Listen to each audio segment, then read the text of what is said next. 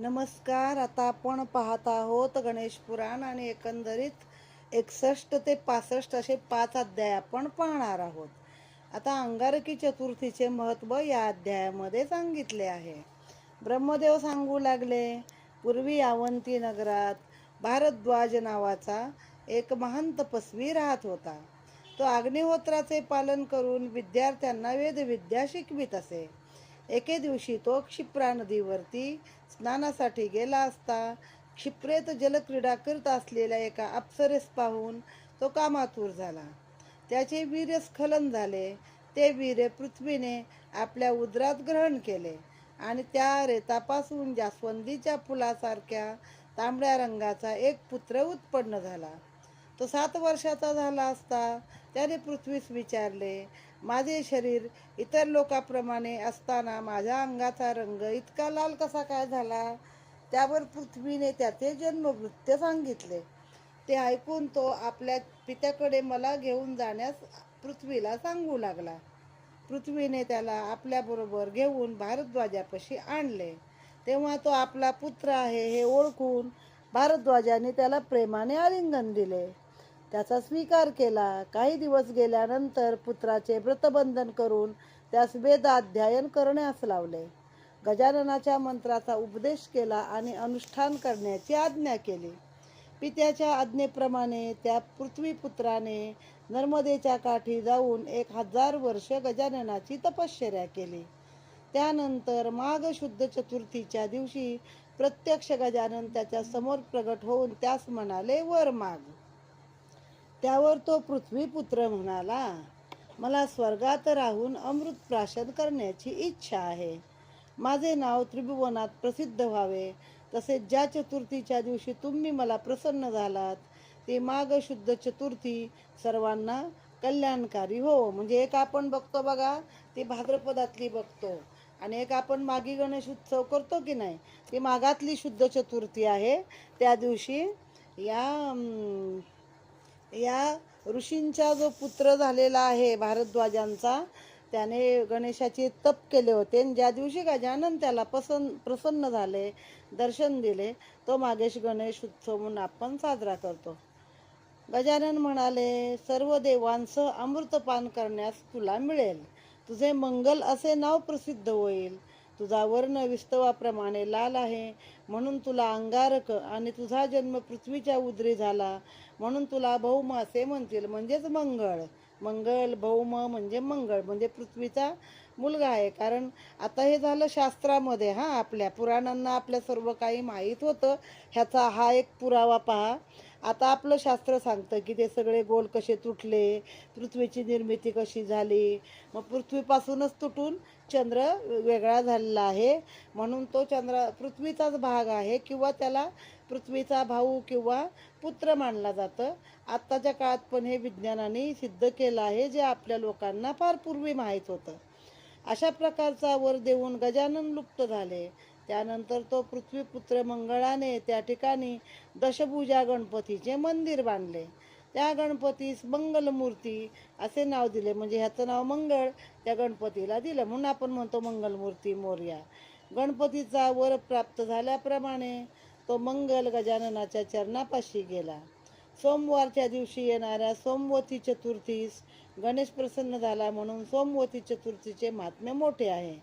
भौमाचे नाव अंगारक आहे, पण मंगळवारी येणाऱ्या चतुर्थीस अंगारिका चतुर्थी असेही म्हणतात.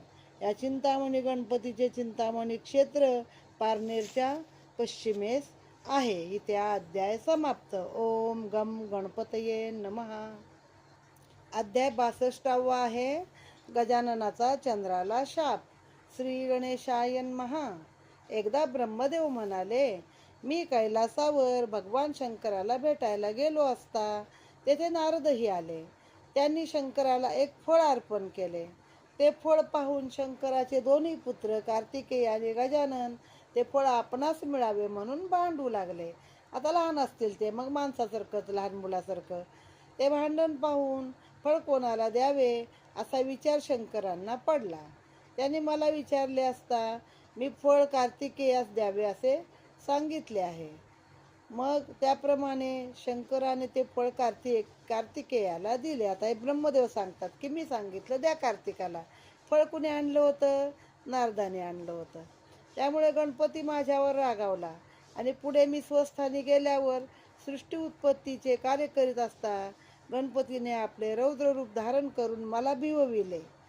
मी भ्यालो आहे ते पाहून चंद्राला मोठी गंमत वाटली. गणपतीच्या त्या ओबडधोबड रूपाला पाहून तो त्याला हसला. चंद्र आपल्याला हसत आहे हे पाहून गणपतीला मोठा राग आला. त्याने चंद्राला शाप दिला, तू माझ्या स्वरूपाची कुचेष्टा करून हसलास म्हणून त्रैलोक्यातील कोणीही जीव तुझे दर्शन घेणार नाही.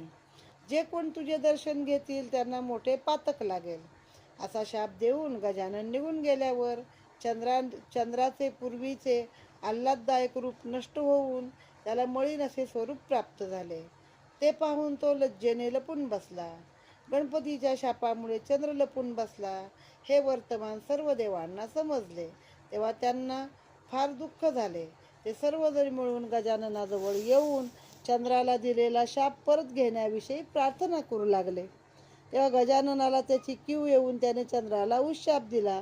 फक्त भाद्रपद शुद्ध चतुर्थीच्या दिवशी म्हणजेच गणेश चतुर्थीच्या दिवशी जो कोणी चंद्राचे दर्शन घेईल त्याला महाविपत्ती प्राप्त होईल. आता बघा काही ठिकाणी ही कथा अशी आहे की एकदा सगळे शंकराच्या दर्शनाला चालले होते आणि गजानन उंदरावरून चालला होता आणि गजानन त्या उंदरावरून घसरला आणि खाली पडला म्हणून चंद्र हसला आणि चंद्र हसल्यामुळे गणपतीला राग आला आणि त्याने शाप दिला की तुला जे कोणी दर्शन घेईल तर त्याला चोरीचा आळ येईल. मग त्याने उशाप मागितला पाया पडून. तेव्हा त्यांनी हेच सांगितलं की ही चतुर्थी सोडता इतर वारी तुझं दर्शन पवित्र आहे आणि तुझ्या दर्शनानेच माझी चतुर्थी सोडली जाईल. पण भाद्रपद शुद्ध चतुर्थीला मात्र तुझे कोणी दर्शन करावयाचे नाही. मग आता हरिविजयमध्ये त्याला जोडून कथा आहे. सेमंतक मणी चोरल्याचा आळ कृष्णावरती आला होता आणि मग तो मिळाला पुढे आणि तेव्हा त्याने सांगितलं की गुरं चारायला जाताना गाईच्या खुरामध्ये पाणी साठलं म्हणजे भाद्रपद महिन्यामध्ये आणि त्याच्यामध्ये मला चंद्रदर्शन झालं म्हणून माझ्यावरती चोरीचा आळ आला आहे. आणि पूर्वी गावाकडे पद्धत होती बघा, चंद्र बघायचा पण आणि डांबीसपणा म्हणून दुसऱ्याच्या कौलावरती पत्र्यावर दगडं फेकायचे. मग जेणेकरून त्या समोर त्या माणसाने शिव्या दिल्या की तुमचं पाप संपलं, असं होतं ते. हा उशाप ऐकून सर्व देवांना आनंद झाला, जे ते आपापल्या स्थळी निघून गेले. गजाननाची पूजा करून ते आपापल्या स्थळी निघून गेले. त्यानंतर त्यांनी चंद्राला बोलावून त्याला एकाक्षर मंत्राचा उपदेश करून तप करण्यास सांगितले. चंद्र गंगेच्या दक्षिण तीरावर आला. तेथे एक स्थान पाहून तप करायला बसला. एकाक्षर मंत्राचा जप म्हणजे फक्त गम गम गम एवढंच एकाक्षर आहे. जप करता करता 12 वर्षे निघून गेली. प्रत्यक्ष गजानन त्याच्या समोर प्रगट झाला आणि त्याला म्हणाला, हे चंद्रा, मी तुझ्यावर प्रसन्न झालो आहे. तुला पूर्वीचं सुंदर रूप प्राप्त होईल. वद्य चतुर्थीच्या दिवशी तुझं दर्शन घेतल्याशिवाय माझी पूजा पूर्ण होणार नाही. मात्र भाद्रपद चतुर्दशीच्या दिवशी जो कोणी तुझे दर्शन घेईल त्याला माझा शाप बाधेल. तसेच तुझी एक कोर मी भूषण म्हणून माझ्या मस्तकी धारण करतो. आजपासून शुद्ध द्वितीयेला लोक तुला प्रेमाने तुझं दर्शन घेतील. त्याला एक दशी वाहतात बघा चंद्राला. द्वितीयेचा किशोर इंदू अगदी अशी बारीक केसासारखी पातळ चंद्रकोर अमावास्येपासून तिसऱ्या दिवशी उगवते आणि त्याला पूर्वी घोंगड्याची दशी वाहण्याची प्रथा होती. त्याचं दर्शन फार क्वचित होतं, झालं तर त्याला दशी व्हायची. श्री गजाननाच्या आशीर्वादाने चंद्राचा मलिनपणा नाहीसा होऊन तो पूर्वीप्रमाणे सुंदर आणि आल्हाददायक दिसू लागला. चंद्राने गंगेच्या पश्चिम तीरी गजाननाची मूर्ती स्थापन केली. त्या मूर्तीच्या मस्तकावर चंद्रकला असल्यामुळे तिला भालचंद्र असे नाव दिले. त्या स्थानाला सिद्धिक्षेत्र असे नाव पडलेले आहे. हे गंगेच्या तीरावरती पश्चिम तीराला केलेलं आहे. इथे हा अध्याय समाप्त. ओम गम गणपतये नमः. आता अध्याय 63 आपण पाहत आहोत. गणपतीला दुर्वा का आवडतात. श्री गणेशाय नमः. एकदा कृतवीर्याने गजाननाला दुर्वा अतिशय प्रिय का असतात याचे कारण मला सांगावे असा ब्रह्मदेवाला प्रश्न केला. ब्रह्मदेव सांगू लागले, दक्षिणेत जांब या नावाचे शहर होते. त्या शहरामध्ये श्रीमंत आणि गुणी असा एक क्षत्रिय राहत असे. त्याचे नाव सुलभ. त्याची पत्नी समुद्रा ही एक महान पतिव्रता होती.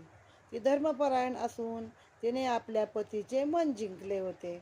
एके दिवशी त्यांच्या इथे फाटके मलिन वस्त्र धारण केलेला मधुसूदन नावाचा अतिशय दरिद्री ब्राह्मण भिक्षे करता आला. त्याला पाहून सुलभ आपणाला पाहून हसतो आहे याचा त्या ब्राह्मणाला राग येऊन त्याने शाप दिला. तू बैल होशील आणि लोक तुला नांगराला झुंपून भरपूर कष्ट तुला देतील. मग ह्याचं नाव काय होतं? सुलभ, आणि बायकोचं नाव समुद्रा. आता ह्या दरिद्री ब्राह्मणाला पाहून हा हसला तर ब्राह्मणाने त्याला शाप दिला की तू आता बैल होशील. ही शापवाणी ऐकून समुद्रेला फार दुःख झाले. आपल्या पतीचा फारसा अपराध नसताना ब्राह्मणाने त्याला शाप दिला म्हणून चिडून समुद्रेने देखील त्या अतिथी ब्राह्मणास शाप दिला. मूर्खा, माझ्या पतीला विनाकारण शाप दिलास. तू सर्व प्राण्यात मूर्ख असे गाढव होशील. तो समुद्रेचा शाप ऐकून ब्राह्मण जास्तच संतप्त झाला. एका स्त्रीने ब्राह्मणास शाप द्यावा याचे त्यास वैषम्य वाटून त्याने समुद्रेला शाप दिला. तू स्त्री असून ब्राह्मणास शाप दिला का? तू दिला शाप तर स्त्रीने दिला तर काय झालं रे बाबा? तू दरिद्री अमंगळ अशी चांडाळीन होशील. काही दिवस गेले. शापामुळे सुलभ बैल झाला, मधुसूदन गाढव झाला, तर समुद्रेस चांडाळ योनी प्राप्त झाली. पावसाळ्यात एके दिवशी ती चांडाळीन फिरत फिरत गावाच्या दक्षिणेस असलेल्या गजानन मंदिराच्या जवळ आले. त्या दिवशी भाद्रपदातील चतुर्थी असल्याने मंदिरात मोठा उत्सव होता. चांडाळणीने मंदिराजवळ एका निवाऱ्याची जागा पाहून शेक घेण्यासाठी लाकूड फाटा आणि गवत गोळा करून विस्तव पेटविला. तेव्हा तो विस्तव फुंकत असता गवतातील एक दुर्वेचा अंकुर वाऱ्याने उडाला आणि गजाननाच्या मूर्तीवर जाऊन पडला. इतक्यात तेथे ते शापित गाढव आणि बैलही येऊन पोचले. त्यांनी गोळा करून ठेवलेली हरळी खाण्यास सुरुवात केली. तिला पेटवायला सुकी हरळी ठेवली होती गोळा करून लाकूड फाटा आणि शेकण्यासाठी. तिच्या हातातली एक दुर्वा उडाली आणि फुंकताना गणपतीवरती जाऊन पडली. आता हे गाढव आणि बैल आले, हे लाथा मारू लागले आणि दोघं पण खायला लागले आणि भांडायला लागले. बैल गाढवाला शिंगे मारू लागला तर गाढव त्याला लाथा मारू लागले. त्यांच्या मुखातील हरळीच्या दुर्वा देखील गजाननाच्या मस्तकी जाऊन पडल्या. त्यामुळे गजाननाला फार आनंद झाला. रात्र झाल्यावर देवळात सामसूम झाली असे पाहून ती हरळ काही खाण्यास मिळेल या आशेने कोणास न कळता देवळात आली. भक्तांनी देवाला समर्पित केलेले खाद्यपदार्थ खाऊ लागले. तिच्या पाठोपाठ ते गाढव आणि बैलही मंदिरात आले आणि पूजा भक्षण करू लागले. ती गडबड ऐकून मंदिरात झोपलेले लोक जागे झाले. ती हरळ म्हणजे चांडाळी ना, तिला हरळ का म्हणला माहीत नाही मला, पोथीमध्ये ती चांडाळीन. तिघं पण आत जाऊन देवाच्या पुढचे नैवेद्य खाऊ लागले. त्यांच्या तिघांना मार दिला.